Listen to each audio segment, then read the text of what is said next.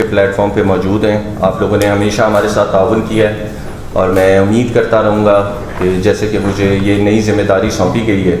تو آپ میرے ساتھ بھی اسی طرح تعاون کرتے رہیں گے جیسے آپ نے میرے پریویس عہدے داران کے ساتھ تعاون کیا ہے. یہ میں سمجھتا ہوں ایک بہت بڑی ذمہ داری ہے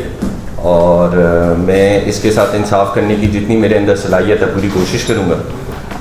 اس کے بعد میں سب سے پہلے شکر گزار ہوں اپنے سینئرز کا, اپنے PHMA کے ممبران کا, جنہوں نے میرے پہ بھروسہ کیا, جنہوں نے مجھے اس قابل سمجھا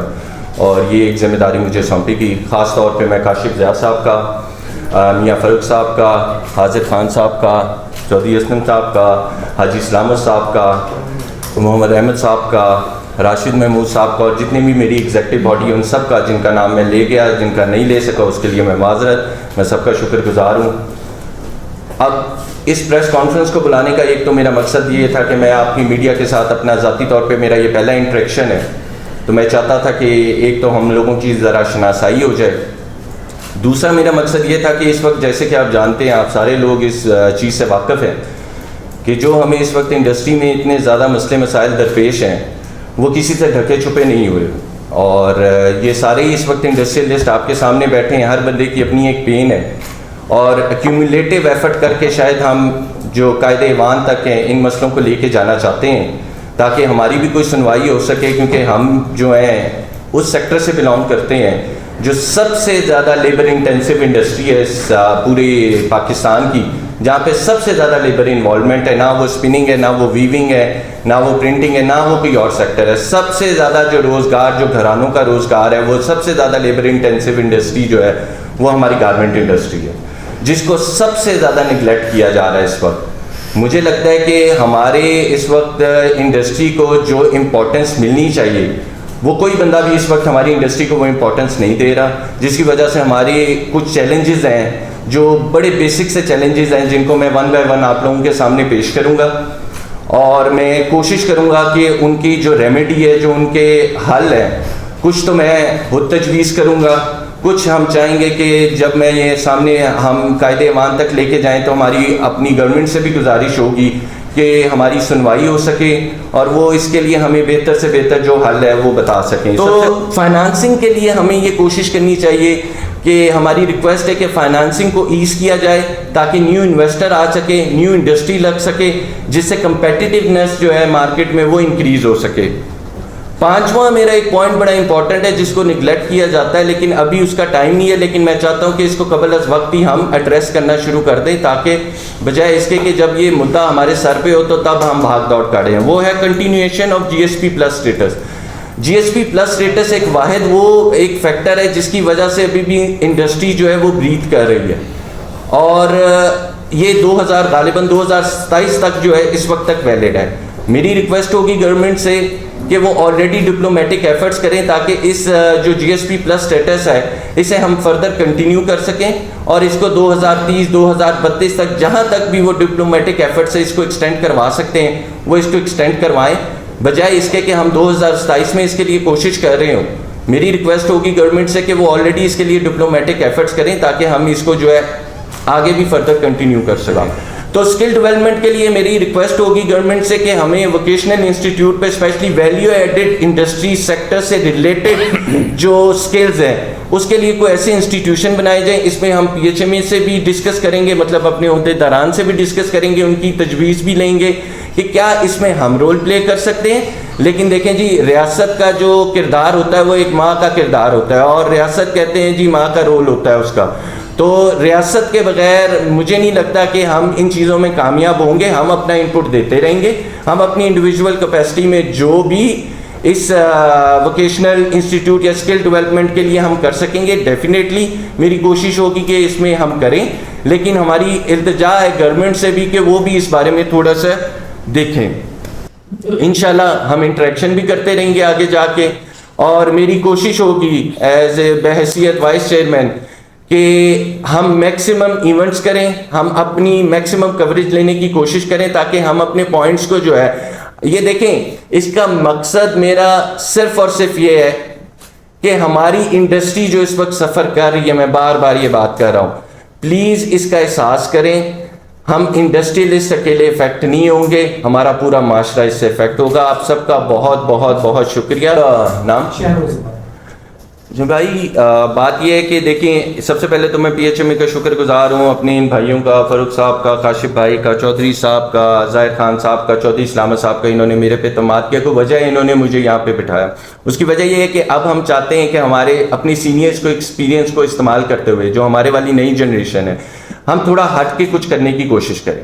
ہم ٹریڈیشنل ویز میں نہ جائیں. جس طرح آپ کے سوال کو ایڈریس کرتے ہوئے اگر آپ نے کہا کہ جی ہم جا کے جو سینئر عہدے داران ہیں گورنمنٹ کے ان سے ملاقات کریں, ڈیفینیٹلی ہم ملاقات کریں گے, کیونکہ ایونچولی الٹیمیٹلی ہمارے مسئلے مسائل انہوں نے ہی حل کرنے, ہم اپنی انڈیویجول کیپیسٹی میں تو نہیں کر سکتے. دوسرا, ہم سسٹم کو سمجھنے کی بھی کوشش کریں گے, اور ہم کوشش یہ بھی کریں گے کہ ہم صرف ان لوگوں کے پاس نہ اپنے مسئلے مسائل اجاگر کریں, ہم میڈیا کے تھرو بھی اپنے مسئلے مسائل کو اجاگر کرتے رہیں, اور جو بھی ایک ڈفرینٹ ویز میں ہم ان مسئلے مسائل کو لے کے آگے جا سکتے ہیں, ان سارے میتھڈس کو اپروچ کیا جائے اور ان کو اپلائی بھی کیا جائے. جہاں پہ آپ نے کہا کہ باقی ایسوسیشنس کو بھی ہم لے کے, ڈیفینیٹلی جی ہم باقی ایسوسیشنس کو بھی ساتھ لے کے چلیں گے. ایک ہوتا ہے اور ایک 11 ہوتا ہے, تو یہ تو آپ کا وہ جواب میں اس طرح دینا چاہوں گا. دوسرا یہ کہ جی میرا جو الٹیمیٹ ٹارگٹ ہے, دیکھیں میں جو بھی میرے پاس کیپیسٹی اویلیبل ہے, میرے سے بہت سینئر لوگ بھی موجود ہیں, بڑے جو ہیں ایسوسیشنز بھی موجود ہیں, ان سب کو ساتھ لے کے میری ایک ٹارگٹ ہے جو میرے مائنڈ میں ہے کہ ہماری ایک کمپریہنسو ٹیکسٹائل پالیسی ڈیفائن ہونی چاہیے. ہماری جو سب سے بڑا فنڈامنٹلی ایشو ہے کہ ہمارے پالیسی میکنگ میں ہم بہت لیک کر رہے ہیں. آپ کی بات بالکل درست ہے. دیکھیں کہ بڑے لوگوں نے انہی ایشوز کو پہلے بھی ہائی لائٹ کیا اور ان پہ کوئی فروٹفل رزلٹ نہیں آ سکا, بالکل نہیں آ سکا. لیکن اس کا یہ مطلب نہیں ہے, قطعاً یہ مطلب نہیں ہے کہ ہم اپنی کوششیں چھوڑ دیں. کبھی نہ کبھی تو ہماری بھی سنوائی ہوگی, کبھی نہ کبھی تو ہم بھی کامیاب ہوں گے. اور اس کے لیے میرا جو ایک الٹیمیٹ ٹارگٹ ہے کہ ہم پش کریں اپنی گورنمنٹ کو کہ ایک کمپریہنسو ٹیکسٹائل پالیسی ڈیفائن کرتے ہیں, تاکہ یہ جو گورنمنٹ چینج ہوتی ہے ہر 2-3 سال بعد ایک نئی پالیسی آ جاتی ہے, ہم ایک پلاننگ کرتے ہیں, آج اگلے 2 سال کے لیے پتہ لگتا ہے 1.5 سال بعد وہ پلانس چینج ہو گئے ہیں, وہ پالیسیز چینج ہو گئی ہیں, جس کی وجہ سے پوری انڈسٹری سفر کرتی ہے. تو میرا ایک تو یہ ہوگا کہ ٹیکسٹائل پالیسی کے لیے میں باقی ایسوسیشن سے بھی رابطہ کروں گا, چیمبر کو ڈیفینیٹلی چیمبر کو بھی ہم ساتھ لے کے چلیں گے, اور بھی جتنے آرگنائزیشن ہیں, ایسوسیشنز ہیں. اور یہ ایک ایکیومولیٹو ایفرٹ کے بغیر یہ بھول جائیں کہ یہ کام ہوگا, ہماری ہوگی ایکیومولیٹو ایفرٹ ہی,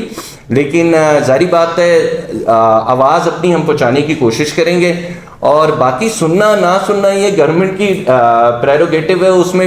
ایک مطلب گورنمنٹ کے لیول پہ میں تو نہیں بتا سکتا کہ وہ کیا کریں گے, لیکن ہم جب پش کرتے رہیں گے, دروازے پہ نوک کرتے رہیں گے, تو مجھے اللہ کے گھر سے بڑی امید ہے کہ کوئی نہ کوئی اس کا رزلٹ تو نکالنے کی کوشش کریں گے. اور جیسے آپ کو میں نے ان بھائی کو بھی پہلے جواب دیا کہ ہم کوشش کریں گے کہ کوئی ڈفرینٹ لیول سے اس معاملے کو اپروچ کرے. جی ہمارے اچھا یہ بھی ایک نا ٹیکنیکل پوائنٹ ہے, ہمارے ڈی ویلیویشن کر کے یہ سمجھا جاتا ہے کہ ایکسپورٹ بڑھ گئی ہے. میرا یہ ماننا ہے, being a student of economics as well, کہ ڈی ویلیویشن سے کبھی ایکسپورٹ نہیں بڑھتی, وہ سے نمبر بڑھتے ہیں. وہ آپ کی ایونچولی جو ہے آپ کی جو کاسٹ آف ڈوئنگ بزنس ہے اس کو بھی انکریز کر رہی ہوتی ہے. باقی یہ کہ جو آپ نے پوچھا, یہ میرے پاس ایگزیکٹ نمبرز تو نہیں موجود, لیکن میں آپ کو یہ بتا سکتا ہوں کہ پچھلے 3 ماہ میں تقریباً جولائی کا مہینہ ہمارا کمپیریٹیولی بیٹر تھا, لیکن اوور آل پچھلے 3 مہینے میں 3.1 to 3.2% ایکسپورٹ جو ہے ہماری وہ ڈکلائن ہوئی ہے اوور آل ٹیکسٹائل کی. یہ میں آپ کے ساتھ شیئر کر سکتا ہوں. ایک ہمارا بہت بڑا پرابلم ہے EFS کا. اس میں کیا ہے, ہمیں ڈیوٹی فری چیزیں ہم منگوا سکتے تھے را مٹیریل, اور کیونکہ ہم اس کو ری ایکسپورٹ کرتے تھے تو ہمارے اوپر ڈیوٹی نہیں لگتی تھی. لیکن کچھ مافیاز ایسے ہیں اس ملک میں جو اتنے طاقتور ہیں کہ انہوں نے ہمارا جو EFS ہے اس کے سسٹم کو کافی حد تک خراب کر دیا ہے. اس میں جو ہمیں کاٹن کا یارن آتا تھا انہوں نے بین کروا دیا ہے. اب ہمارا کسٹمر کہتا ہے کہ انٹرنیشنل پرائس یہ ہے, مجھے نہیں پتا تمہاری پرائس کیا ہے, مجھے بنگلہ دیش سے یہ کاٹن کی پرائس مل رہی ہے, یہ کوالٹی مل رہی ہے, یہ کاؤنٹ مل رہا ہے, یہ سارا کچھ مل رہا ہے, تم امپورٹ کر کے اس کو بنا کے دو. تو ہمارے اوپر بین لگا دیا انہوں نے, اور ہمیں انہوں نے ذبح کروا کے رکھ دیا ہے. تو میرا تو ایک حکومت سے یہ مطالبہ ہے کہ EFS کے اوپر جس طرح پہلے تھا ساری چیزیں جتنی ڈیوٹی فری تھی جو ری ایکسپورٹ ہو جاتی تھی, EFS کو اس کی اصلی شکل میں بحال کیا جائے. ابھی بھی انڈسٹری کو کے لیے ایک ماں کا رول ریاست ادا کر جائے. ریاست ادا کرنا چاہتی ہے اور ریاست ادا کرتی بھی ہے, لیکن جو ریاستی گنڈے ہیں وہ ریاست کو یہ کام کرنے نہیں دے رہے، جس کی وجہ سے انڈسٹری جو ہے وہ ڈکلائن کا شکار ہے۔ انڈسٹری ڈکلائن ایک چھوٹا لفظ لگ رہا ہوتا ہے، لیکن اگر ہم اس کو جیسے کہ نئے چیئرمین صاحب نے کہا کہ اگر ہم دیکھیں تو یہ ایک کروڑوں لوگوں کا روزگار ہے۔ انڈسٹریل اتنا افیکٹ نہیں ہوگا انڈسٹری کے بند ہونے سے جتنی ہماری لیبر ہوتی ہے۔ وہ لیبر وہ ہے جس نے آج کام کرنا ہے تو صبح اس کے گھر میں چولہا جلنا ہے۔ تو اگر ہم نے ہوش کے ناخن نہ لیے تو بہت عنقریب ایک بڑی بدقسمتی والی بات ہے کہ ہماری جو لیبر ہے ہم ان کو روڈز پہ دیکھیں گے اور ان کو اتنی بے روزگاری ہم دے چکے ہوں گے کہ یہاں پہ لوگوں کے فاقے ہوں گے۔ آپ سب کا شکریہ۔